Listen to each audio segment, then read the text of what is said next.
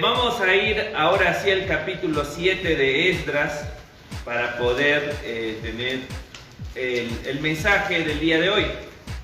El mensaje del día de hoy, como puedes ver en tus boletines, se llama Un hombre con el favor de Dios. Creo que todos los que estamos aquí anhelamos tener el favor de Dios. Qué lindo sería tener el favor de Andrés Manuel o Francisco Domínguez y poder llegar a algún lugar y te dan primer paso, no necesitas hacer fila, pero tener el favor de Dios es mejor que tener el favor de estas personas. Vamos a ir a Esdras capítulo 7, versículo 1 hasta el 28. Muy bien, a los que van a entrar a esta serie de estudios por primera vez y nos van a escuchar, permítame repasarte un poco de qué se trata esta historia. Todos recordamos el cruce del Mar Rojo, ¿verdad? Cuando Dios abrió el mar y el pueblo empezó a caminar, ¿cuántos años por el desierto? 40 años en el desierto. Así que llegaron a la tierra prometida, Josué, y después de Josué vino una serie de jueces que se llamaba a la autoridad, al gobernante, una serie de jueces, y luego viene el primer rey que se llamaba Saúl. Muy bien, Saúl gobernó ¿cuántos años? 40 años. Después vino el rey David, muy famoso por sus salmos y sus grandes victorias. Y después de David vino el rey Salomón, el hombre más sabio de la historia en el mundo. Después de Salomón, a causa de malas decisiones, sus hijos, Roboam y Roboam, se divide el reino y las tribus de Judá y Benjamín se quedan a cargo de Roboam, y Jeroboam, que era otro líder, divide al pueblo de Israel y 10 tribus se van para el norte. ¿Hasta ahí estamos de acuerdo? ¿Se acuerdan? Durante ese tiempo, el reino del norte y el reino del sur, hubo 19 reyes. 19 reyes en el sur y en el norte. En el norte directamente ninguno latinó, ninguno hizo bien, ninguno quiso obedecer al Señor. En el reino del sur sí hubo unos cuantos que se aplicaron, obedecieron al Señor, y el reino del norte cae bajo el imperio asirio y toma al reino del norte, y el reino del sur en el siglo 6 a.C., 586 aproximadamente, es cuando Nabucodonosor conquista Jerusalén y los lleva al exilio, y están allí por 70 años. Estando allí el pueblo exiliado, vemos que la nueva potencia, que ya no era Nabucodonosor, sino se llamaba Ciro, ¿de qué imperio? Persa.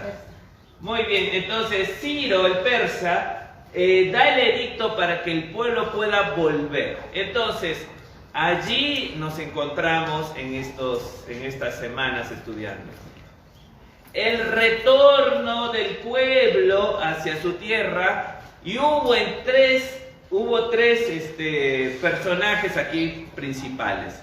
Zorobabel fue el primero. Zorobabel trajo al pueblo en el primer grupo y empezaron a reconstruir el templo. Vimos que cuando empezaron a reconstruir el templo hubo oposición. Ese fue el tema de la prédica hace 15 días. Oposición, y tuvieron diferentes tipos de oposición, ¿no? Como usted y yo, tenemos oposición cuando queremos hacer algo. Después de toda esa oposición, vimos que allí el pueblo vuelve a retomar su acción de reconstruir el templo gracias al ministerio de Ageo y Zacarías, 2 profetas. Entonces, allí nos encontramos ahora. Vamos a ver ahora la historia del segundo personaje. Se llama Esdras. Puedes ir ahí a tu Biblia, al capítulo 7, y vamos a leer del versículo 1 al 10.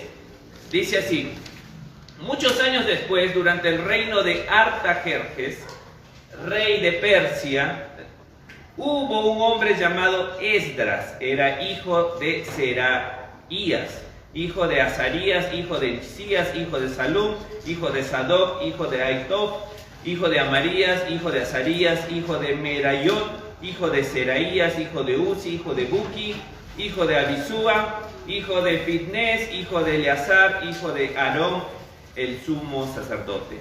Este Esdras era un escriba muy instruido en la ley de Moisés, la cual el Señor Dios de Israel había dado al pueblo de Israel. Él subió de Babilonia a Jerusalén y el rey le dio todo lo que pidió, porque la bondadosa mano del Señor su Dios estaba sobre él. Algunos del pueblo de Israel, junto con varios sacerdotes levitas, cantores, porteros, sirvientes del templo, viajaron con él en el 7º año en el reinado de Artajerjes. Esdras llegó a Jerusalén en agosto de ese año. Había hecho arreglos para partir de Babilonia el 8 de abril, el primer día del nuevo año, y llegó a Jerusalén el 4 de agosto, pues la bondadosa mano de su Dios estaba sobre él. Así fue porque Esdras había decidido estudiar, obedecer la ley del Señor y enseñar sus decretos y ordenanzas al pueblo de Israel. Muy bien, ahora sí vamos a usar nuestras plumas, nuestros lápices, y vamos a rellenar los espacios vacíos. Esdras era una abreviación del nombre Azarías. Azarías significa el Señor ha ayudado. Entonces Esdras es una abreviación de Azarías. Azarías significa el Señor ha ayudado. Esdras salió de Babilonia, de donde estaba allí exiliado el pueblo. Salió en el 458 antes de Cristo. Es muy importante fechar porque podemos ver que la Biblia también es un libro histórico y es comprobable. A través de la historia se puede ver que el pueblo de Dios, el edicto de Ciro, no es un cuento de hadas. Habíamos visto que hay allí piedras donde está inscrito aquel edicto. 458 es el año que sale. Vemos que el trayecto de ese viaje, según el texto que hemos leído, duró 4 meses. Y tenía una distancia de Babilonia a Jerusalén por la ruta que fueron de 1448 kilómetros. Eso quiere decir 900 millas. Si lo mides directo son 800 kilómetros, pero porque sigue el cauce del río Éufrates y era la ruta que usaban antiguamente, fue por eso que suma 1448 kilómetros. ¿Por qué dura tanto? 4 meses, 1448 kilómetros. ¿Hasta dónde pudiera ser desde Querétaro? ¿Alguien me puede dar una idea? ¿Hasta la frontera quizás? Hasta la frontera. Iban caminando con sus bestias y con muchísimo dinero. Vamos a ver ahora toda la provisión que Dios dio a través de Artajerjes para la reconstrucción allí de la ciudad, de la muralla también. Entonces vemos que duró 4 meses, obviamente también por las personas adultas y también por los niños. Entonces 4 meses durante ese viaje. Es una historia hermosa esta. El próximo domingo vamos a ver cómo aquí Esdras no le pide guardia, sino confía en su Dios. 11 días de ayuno para hacer todo ese trayecto de 4 meses. Muy bien, vamos a ver que un versículo muy importante para ahora, el cual vamos a estudiar, es este, Esdras 7:10. Y a través de Esdras 7:10 vamos a ver cómo algunas causantes de que el favor de Dios estaba sobre este hombre. Mi anhelo en mi vida es que el favor de Dios esté conmigo. Hoy te invito a que tu anhelo sea que el favor de Dios esté contigo. Tienes que enfrentar problemas, tienes que enfrentar juicios, tienes que enfrentar quizá un problema de salud, lo que sea. Que el favor de Dios te acompañe. Ese es mi deseo. Entonces presta atención durante esta prédica y vamos a ver algunas causantes por las cuales el favor de Dios estaba sobre este hombre llamado Esdras. Así que, ¿me van a acompañar? Van a dejar de pensar en el pollo, en las carnitas que viene después. Muy bien, vamos. En primer lugar, este hombre, versículo 10 dice, así fue porque Esdras había decidido estudiar, obedecer la ley del Señor y enseñar sus decretos y ordenanzas al pueblo de Israel. Punto número 1, vamos a ver que este hombre, Esdras, que tenía el favor de Dios, aprendía de la palabra de Dios. No podemos tener el favor de Dios si descuidamos la Biblia. Si dejamos la Biblia el domingo y la volvemos a abrir hasta el siguiente domingo. La Biblia tenemos que usarla todos los días. La Biblia es la palabra del Señor. Es el alimento que va a nutrir nuestra vida, es nuestra guía por la cual vamos a conocer el proceder de Dios en nuestras vidas y alrededor nuestro. ¿No entiendes qué es lo que te pasa? Lee la Biblia. ¿No entiendes por qué tantos problemas? Lee la Biblia.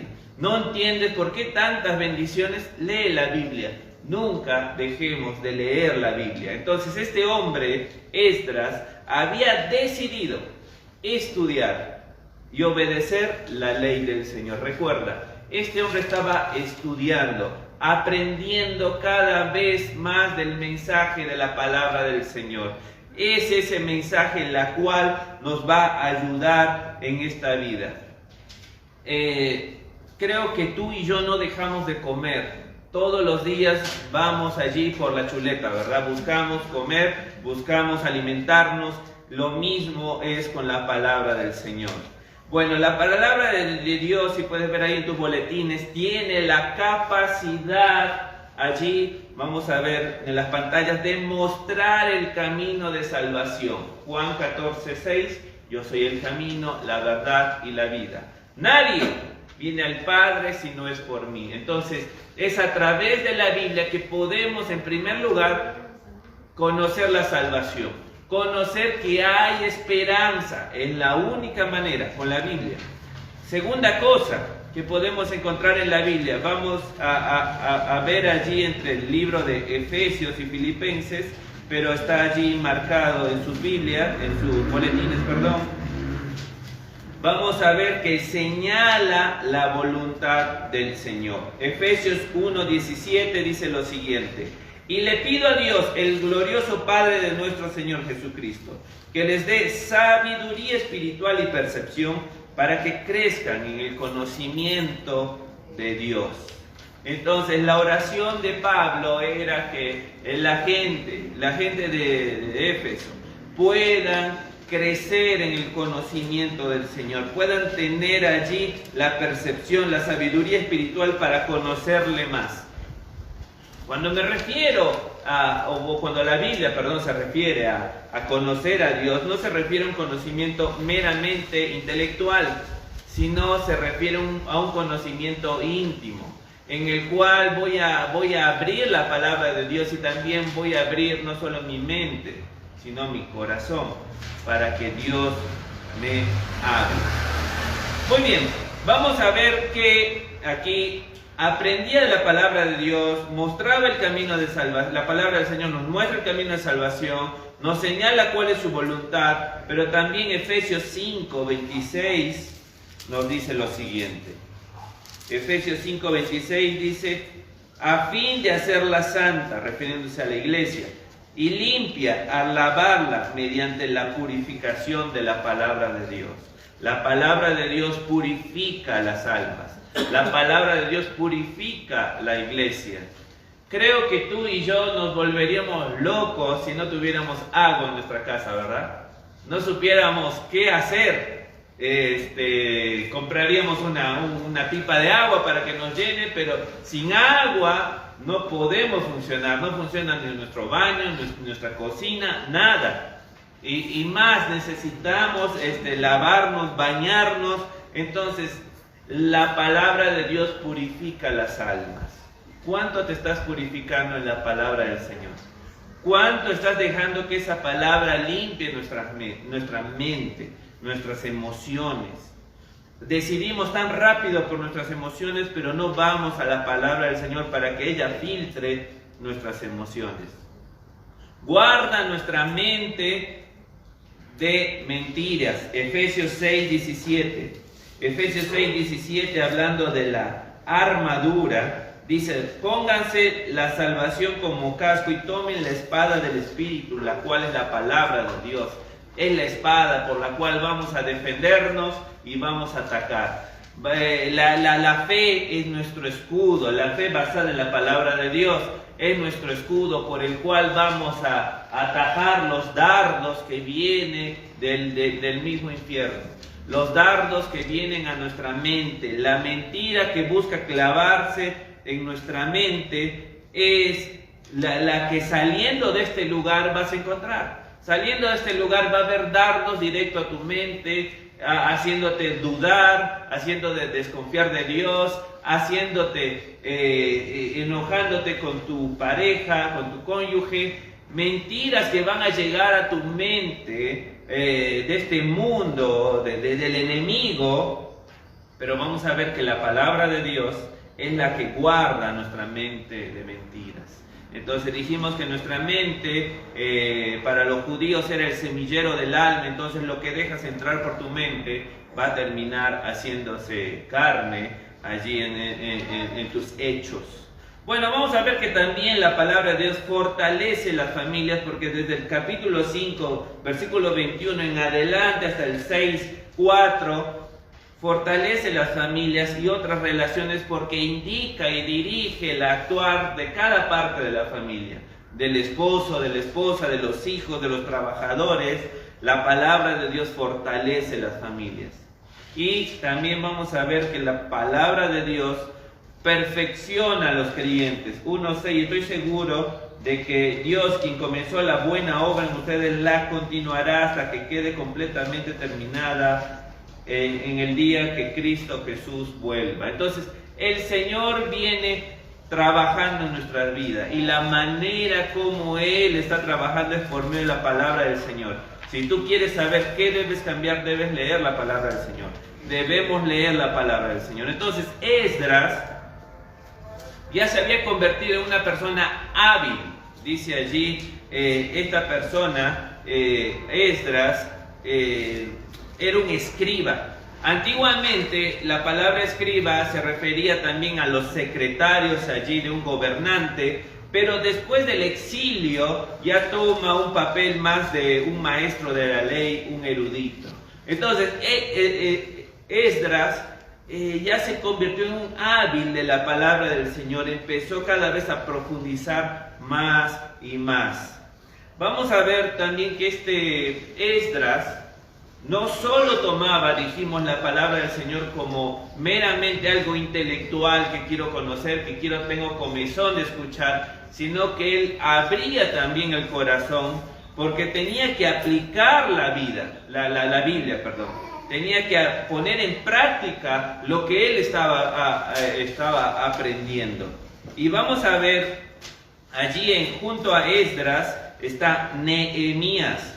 Si usted puede abrir allí en Nehemías, capítulo 8, vamos a ver allí el propósito de la ley. En octubre, cuando los israelitas ya se habían establecido en sus ciudades, todo el pueblo se reunió con un mismo propósito en la plaza, justo dentro de la puerta del agua. Le pidieron al escriba Esdras que sacara el libro de la ley de Moisés, la cual el Señor había dado a Israel para que lo obedeciera. El propósito de la ley era para que el pueblo obedeciese. Santiago capítulo 1, versículo 2, en la versión 60, dice: no seamos tan solamente oidores, sino que hacedores. En la Nueva Traducción Viviente dice, no solo escuchen la palabra de Dios, tienen que ponerla en práctica. De lo contrario, si solamente soy un oidor y no un hacedor, si solamente escucho, pero me hago el de oídos sordos toda la semana la palabra de Dios, de lo contrario te engañas a ti mismo. Entonces, Santiago es bien claro y dice, si solamente escuchas y no quieres obedecer, te estás engañando a ti mismo. Santiago, medio hermano del Señor Jesús, nos da este versículo y creo que es algo muy importante y algo que Esdras también lo vio y se dio cuenta que él no podía tener esa dualidad, no podía escuchar y no obedecer. Esdras dijo, escucho y voy a obedecer. Ahora me vas a decir, qué difícil es obedecer, ¿no? Qué difícil es ser un buen esposo, qué difícil ser una buena esposa, qué difícil ser un buen hijo. Claro que sí es difícil. Pero el Señor, cuando Él ve que tu corazón está abierto a buscar obedecer la palabra del Señor, Él viene a tu ayuda. Él viene a tu ayuda. Y con esto no queremos decir que no te vas a equivocar. Nos equivocamos y nos volvemos a equivocar y nos equivocamos 1000 veces y nos volvemos a tropezar 1000 veces. Pero es el Señor quien busca un corazón contrito y humillado, donde Él va a morar y va a ayudarte a obedecer situaciones que solamente tú y Dios saben. Pero vamos a ver también que la sabiduría es la aplicación del conocimiento de la palabra de Dios. La sabiduría es la aplicación de la palabra del Señor. Entonces, muchas veces escuchamos a alguna persona y decimos, wow, qué sabio es, porque nos empieza a hablar y contar de mucho conocimiento, pero la sabiduría para Dios es la aplicación del conocimiento. Entonces vemos en Mateo capítulo 7, versículo 24 al 29, si puedes abrir tu Biblia allí, Mateo 7, 24 al 29. Todo el que escucha mi enseñanza, muy bien, acá estamos escuchando, los que están viendo están escuchando y de alguna u otra manera hemos escuchado. Todo el que escucha mi enseñanza y la sigue es sabio. Entonces el que se propone obedecer la palabra del Señor es sabio. Como la persona que construye su casa sobre una roca sólida. Entonces un sabio es aquel que va a construir su casa sobre una roca sólida. Aunque llueva a cántaros y suban las aguas de la inundación y los vientos golpeen contra esa casa, no se vendrá abajo, porque está construida sobre un lecho de roca. Aunque acá en Querétaro no llueva, también es válido este versículo. Si nosotros no aplicamos, no seguimos lo que dice la palabra, no es este claro ejemplo de construir sobre la roca. Pero vamos a ver cuál sería el caso si yo escucho y no obedezco. Si me dicen no vayas con ese novio y voy con ese novio, vamos a ver qué pasa. Sin embargo, el que me oye mi enseñanza y no la obedece es como un necio. Como la persona que construye sobre su casa sobre la arena.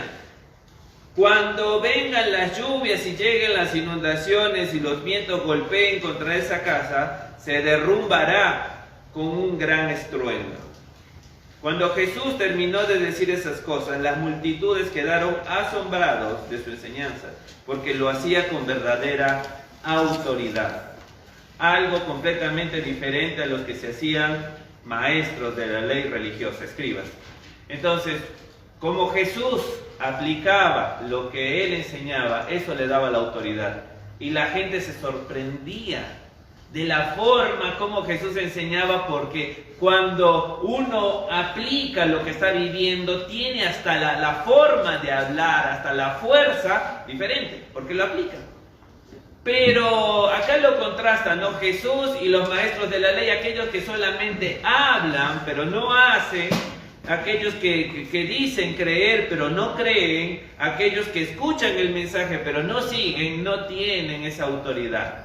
No hay ese espíritu que mueve a la gente a la obediencia porque no tiene la autoridad. Entonces vemos aquí que Esdras sí tenía la autoridad, porque vamos a verlo después, en los próximos domingos vamos a ver que el pueblo de una manera increíble se humilla ante Dios por el mensaje de Esdras.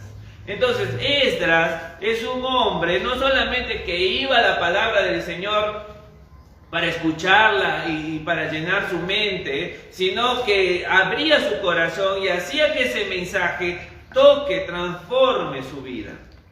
El factor más importante, vamos a ver, que el factor más importante para que el favor de Dios esté con un ser humano, para que tú y yo tengamos el favor de Dios, es la obediencia. Es la obediencia. Debemos obedecer al Señor. Es el Espíritu Santo el que nos capacita para obedecer. Pero muchas veces el Espíritu Santo está que se viste de amarillo, rojo, naranja y nos dice, ¡hey, no vayas por ahí, no vayas por ahí! Y nosotros nos hacemos los locos y vamos por otro lado. Debemos hacer un plan también para no caer en las mismas trampas. Porque muchas veces tú y yo caemos en las mismas trampas, llámese mentira, llámese fumar, engañar, pornografía, como lo quieras llamar, cual sea la trampita que siempre tiendes a caer. Bueno, tenemos que hacer un plan para no volver a caer allí. ¿A qué me refiero? Principios, no volver a ir con Pepito, no volver a ir con tal fulanito o tal fulanita, porque sé que me hace mal. Entonces, si no haces un plan para no volver a caer en eso, eres un necio. Muchas veces tú y yo somos un necio. No me alcanza el tiempo, no me rinde el día, no puedo llegar a cumplir mis metas en ninguno de los años. Levántate más temprano. Haz un plan de vida. Independízate. Papis, pónganles candados a sus refri, así sus hijos se van y pagan renta y se hacen más fuertes. Vemos, el factor más importante para que el favor de Dios esté con un ser humano es la obediencia. Por la obediencia hizo que fuese un hombre, Esdras era un hombre bajo autoridad. Esdras era un hombre bajo autoridad. Vamos a ver allí, estamos en Esdras capítulo 7. Esdras era un hombre bajo autoridad. Su autoridad era el rey Artajerjes. Muy bien, hoy vivimos en un mundo que va contra todo lo que es lo institucional. Que nadie quiere ser obediente, nadie quiere someterse a una autoridad, a una institución. Pero bueno, Esdras estaba sometido. Y Esdras estaba sometido a Artajerjes. Versículo 11 dice, la siguiente es una copia de la carta del rey Artajerjes que le dio a Esdras, el sacerdote y escriba que estudiaba y enseñaba los mandatos y decretos del Señor de Israel. De Artajerjes, rey de reyes, al sacerdote Esdras, maestro de la ley del cielo, saludos. Yo decreto que cualquier israelita de mi reino, incluidos los sacerdotes, levitas, puedan ofrecerse como voluntarios para regresar contigo a Jerusalén. Por la presente, yo y mis 7 consejeros te ordenamos que averigües la situación en que está Judá y Jerusalén. Versículo 15. También te encargamos que lleves contigo plata, oro, las cuales presentamos como una ofrenda voluntaria al Dios de Israel. Además llevarás toda la plata y el oro que obtengas de la provincia de Babilonia, como también de las ofrendas voluntarias que el pueblo y los sacerdotes ofrezcan. Versículo 18. El oro y la plata que sobran pueden usarse para que tú y tus colegas crean que sea la voluntad de su Dios. Versículo 23. Procuren proveer todo lo que el Dios del cielo exija para su templo, pues, ¿por qué hemos de correr el riesgo de provocar el enojo de Dios contra los dominios del rey y de sus hijos? Muy bien, entonces, aquí en esta carta del rey Artajerjes, él da la autoridad para que Esdras vaya ya a la provincia más grande, que estaba allí entre Jerusalén, todo al oeste del río Éufrates. Vaya allí, ponga en orden y reconstruye el templo. El templo no solamente era un mero tema religioso, también tenía que ver con lo social, lo político. Entonces era importante la reconstrucción del templo. Entonces manda allá a Esdras. Esdras le dice: averigua cómo están y que todos se basen bajo la ley de tu Dios. Muy bien, vemos que Artajerjes provee todo lo necesario, manda todo, ofrendas, y manda todas estas cosas para que Esdras pueda cumplir con su labor. Vamos a ver que Artajerjes era un rey pagano. Obvio era un rey pagano. Y a ver, vamos a ver allí, versículo 12. Y también saben que era argentino. Mírenlo. Versículo 12. Rey de reyes se creía. Ni siquiera era el rey de Persia. Era el rey de reyes. Bueno, desde los asirios, luego vinieron los neobabilónicos y ahora los persas. Se llamaban así los reyes, rey de reyes. O sea, no era un rey cualquiera, un rey de reyes. Seguro que Artajerjes iba al gimnasio, hacía 5 minutos de brazos, 5 minutos de pierna y 50 minutos en el espejo, ¿verdad? Para verse. Entonces, Artajerjes, bueno, según un médico griego, Setías, llegó a tener, este es el Artajerjes primero, porque ya dijimos que son 4, 18 hijos. Entonces Artajerjes, este rey, da la orden para que Esdras pueda llegar allí a su tierra, pueda avanzar con la obra. Y Artajerjes era un hombre pagano. Vamos a ver también que encontramos provisión con la buena mano de Dios. ¿Se apagó? Encontramos provisión con la buena mano de Dios. Esdras, teniendo el favor de Dios, estaba sometido a una autoridad, estaba sometido a una institución, pero también encontramos que Esdras encontró la provisión de Dios a cargo de este rey llamado Artajerjes. Bueno, vemos provisión tras provisión que le estaba dando allí oro, plata, pero me llama la atención el versículo 23, que dice así: procuren proveer todo lo que el Dios del cielo exija para su templo. ¿Por qué hemos de correr el riesgo de provocar el enojo de Dios contra los dominios del rey y de sus hijos?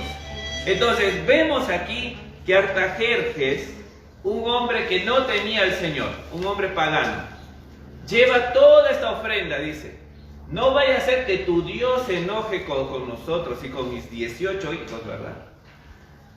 Me llama la atención eso, que un pagano muchas veces tenga más temor de Dios al hablar del tema financiero que su propio pueblo. Muchas veces el propio pueblo de Dios quiere dar las obras para su Dios, quiere dar lo que ya no le sirve para su Dios. Pero vemos acá que Artajerjes, si usted puede leer la cantidad de oro y plata que le da, algunos creen que Esdras tuvo que hacer varios viajes para poder llevar todo lo que había dado, porque es demasiado dinero, y era una persona pagana. Entonces, si una persona pagana tiene el temor de Dios a causa de ofrecerle una ofrenda tan pobre, tan mísera, imagínate cuánto más el pueblo de Dios. Y muchas veces caemos en esa mentira que nosotros no tenemos la responsabilidad de dar una ofrenda al Señor. Vamos a ofrendar y vamos a dar al Señor lo mejor de nosotros porque es para Él. Así que te invito a parecerse un poco a Artajerjes. Quizá no lo del gimnasio, no lo del argentino, pero sí de reconocer que Él se merece una ofrenda digna. Dios se merece una ofrenda digna. Entonces vemos aquí que Esdras aprendía, aplicaba la palabra del Señor, pero también vamos a ver que no se quedaba con ese fuego que Dios ponía en el corazón al aplicar la palabra del Señor, sino que también lo contaba a otros, los anunciaba el mensaje de Dios, anunciaba el mensaje de Dios. vamos a ver que Esdras, ahí en el versículo 7-10, dice allí, Esdras había decidido estudiar, obedecer la ley de Dios y enseñar. Creo que todo aquel que experimenta la obra del Espíritu Santo en su corazón y va poniendo ese fuego, no se puede callar. Vamos a ver, aquella persona que va experimentando la presencia del Espíritu de Dios, no se puede callar, tiene que enseñar, tiene que contar a otros, muchas veces tiene que predicarles a otros, hablarles de Jesús, pero muchas veces nos toca hablar en la casa, quizá alguna situación que hay que mejorar, quizá hay una situación que hay que mejorar en el matrimonio y lo tiene que hablar porque el Espíritu Santo que está dentro de su corazón lo lleva a hablar. Y no es por nuestros propios deseos, sino es porque el Espíritu Santo está allí dominando. Lo mismo pasaba con Pablo.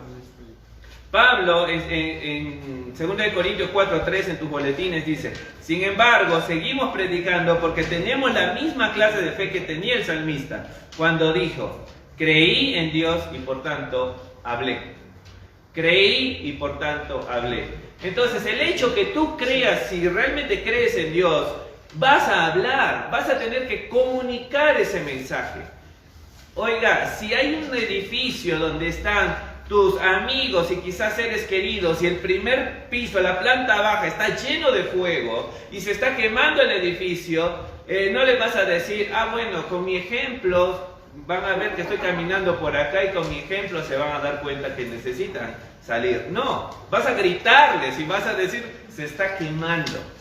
Se está quemando y tienes que hacer algo por tu vida y salir de allí porque se está quemando. Entonces yo no puedo decir, como dicen muchos cristianos, entre comillas, con mi ejemplo es suficiente. El ejemplo no es solamente una responsabilidad, es un deber nuestro tener un buen testimonio, claro, pero necesitamos hablar.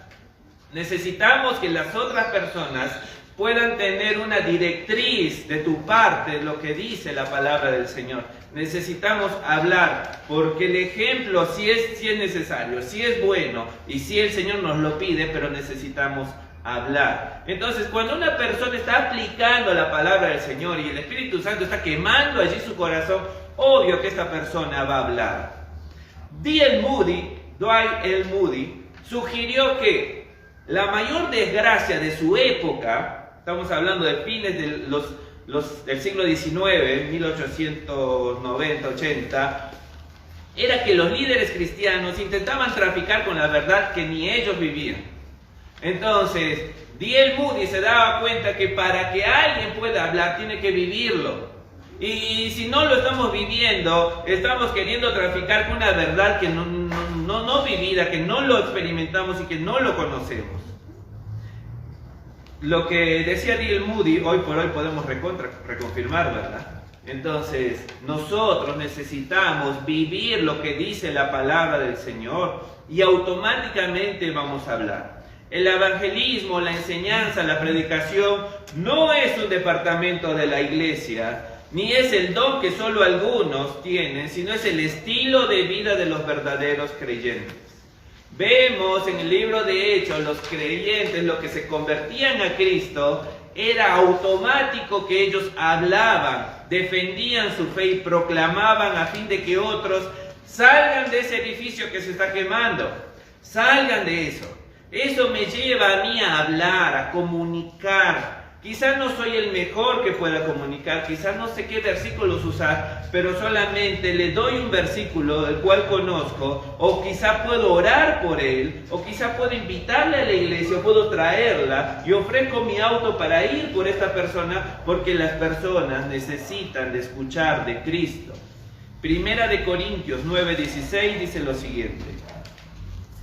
Pablo: sin embargo, predicar la buena noticia no es algo de lo que pueda jactarme. Estoy obligado por Dios a hacerlo. Qué terrible sería para mí si no predicara la buena noticia. La versión 60 dice: ¡ay de mí si no predico el evangelio! Entonces Pablo estaba reconociendo que no tiene de qué jactarse. salir a comunicar el mensaje, que le apedreen a Pablo, que naufrague su barco, que lo insulte. Él no tenía por qué estar jactándose de eso, sino que el Señor es lo mínimo que iba a pedir de él. Siervo inútil soy si hago lo que el Señor pide, porque no es algo de que jactarme, es lo que uno debe hacer. Y con esto terminamos. Esdras comunicaba el mensaje, aprendía, lo aplicaba y anunciaba el mensaje de Dios. Entonces, queremos tener el favor de Dios, tenemos que aprender de la palabra del Señor, tenemos que aplicar a nuestra vida. Nunca vamos a terminar de aplicar, no pensemos que va a haber un día en que se nos va a dar el certificado de aplicador, ni que seamos para pared, no aplicador. No, todos los días vamos a estar tratando de un día más, aplicar un poquito más, aprender un poquito más, pedir perdón 3 veces y tratar de aplicar una vez, pero vamos a avanzar, vamos que vamos, hay que avanzar. Pero mientras vamos tratando de aplicar lo que vivimos, tenemos que contar a otros, desde los más pequeñitos en nuestra casa, los jóvenes y las otras personas, nuestros vecinos y amigos, todos necesitan escuchar de ese mensaje.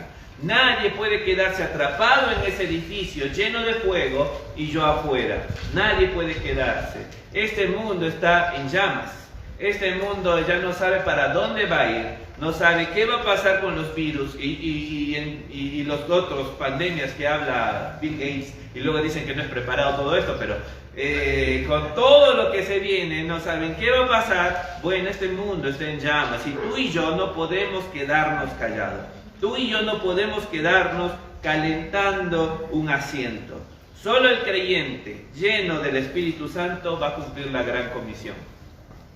Solo el creyente lleno del Espíritu Santo va a cumplir la gran comisión. Hay una gran comisión que cumplir. Hay un mundo que alcanzar. Y vamos a resumirlo un poquito más. Hay vecinos que alcanzar, municipios que alcanzar. Esta es la zona menos evangélica quizá de toda Latinoamérica. 1%, 0,7%. Entonces hay una necesidad increíble de orar y poder apoyar para poder alcanzar todo esto. Muy bien, Esdras nos muestra un ejemplo de un hombre con el favor de Dios. No sé si tú quieres ser una persona con el favor de Dios. Yo sí quiero tener el favor de Dios, porque todos los trámites a veces que toca hacer, en los trabajos que toca hacer, quiero el favor de Dios. Quiero el favor de Dios. Y muchas veces cuando estamos entre la espada y la pared, tenemos que confesar, ¿no? Y ponernos de acuerdo con Dios. A mí un tiempo me tocaba ordeñar vacas, allí en parte del seminario bíblico, y hay veces, habían vacas muy mansas, que no había problema, pero había vacas que te pateaban todo. Y había que atarlas las patas para que no nos dé un buen, en la cara, ¿no? Un buen toque. Y antes de hacer todo eso me encomendaba al Señor, pedía perdón, me consagraba y me dedicaba a la obra misionera, porque allí uno tiene que ponerse a cuentas con el Señor. Entonces, hoy al ver la historia de Esdras, creo que tú y yo tenemos que ver que muchas veces hemos escuchado la palabra y no hemos puesto en práctica. Nos hemos callado, hemos guardado nuestras Biblias. Esdras hoy nos habla del favor de Dios. Y quiero tener el favor de Dios cuando me toque ordeñar. Y quiero tener el favor quizá cuando estoy en la carretera. Y quiero tener el favor de Dios cuando nos toque enfrentar un trabajo difícil. Te animo a que tengas el favor de Dios. Te animo a que vuelvas a repasar la historia de Esdras. Que él aprendía, aplicaba y anunciaba su mensaje. Vamos a orar.